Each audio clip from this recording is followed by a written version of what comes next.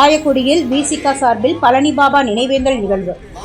திண்டுக்கல் மாவட்டம் பழனி ஆயக்குடியில் சமூக போராளி பழனி பாபாவின் 28ஆம் ஆண்டு நினைவேந்தல் நிகழ்வை முன்னிட்டு விடுதலை சிறுத்தைகள் கட்சி இஸ்லாமிய ஜனநாயக பேரவை சார்பாக வீரவணக்க நிகழ்ச்சி நடைபெற்றன.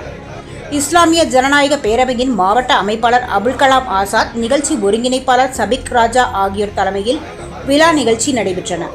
இந்நிகழ்வில் சிறப்பு அழைப்பாளர்களாக மாநில துணை செயலாளர் கனியமுதன், மாநில நிலம் மீட்பு இயக்கம் உலக நம்பி மண்டல துணை செயலாளர் ஜலால் முகமது, மாவட்ட செயலாளர் திருவளவன், மாவட்ட துணை செயலாளர் பாவேந்தன், செய்தி தொடர்பாளர் பொதினி வளவன், பொருளாளர் திருமாறன் மற்றும் நகர பொருளாளர் தமிழண்ணன், வாஞ்சிநாதன், போர்க்கொடி ஏந்தி ஜெய்சீலன், வழக்கறிஞர் குமாரசாமி, இளமதி பிரபு, பூமிநாதன், ராசு, காளிமுத்து, திருமாறன் ஆகியோர் முன்னிலையில் நிகழ்ச்சி நடைபெற்றன.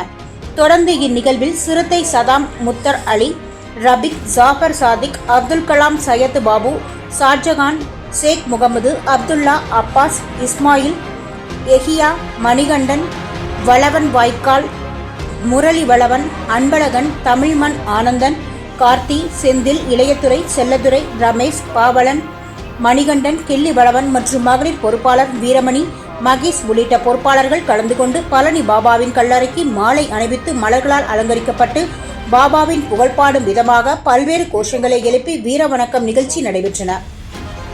சான்றோர் குரல் செய்திகளுக்காக திண்டுக்கல் செய்தியாளர் குருபாண்டியனுடன் செய்தி வாசிப்பாளர் முத்துலட்சுமி. ஒருங்கிணைக்கவும் வெறுப்பு அரசியல் பேசிக் கொண்டிருக்கக்கூடிய சனாதன சக்திகளை வீழ்த்தவும் இன்றைக்கு இந்த சமூக நீதி போராளியின் நினைவு நாள். செய்திகளை உடனுக்குடன் தெரிந்து கொள்ள சான்றோர் குரல் பக்கத்தை ஃபாலோ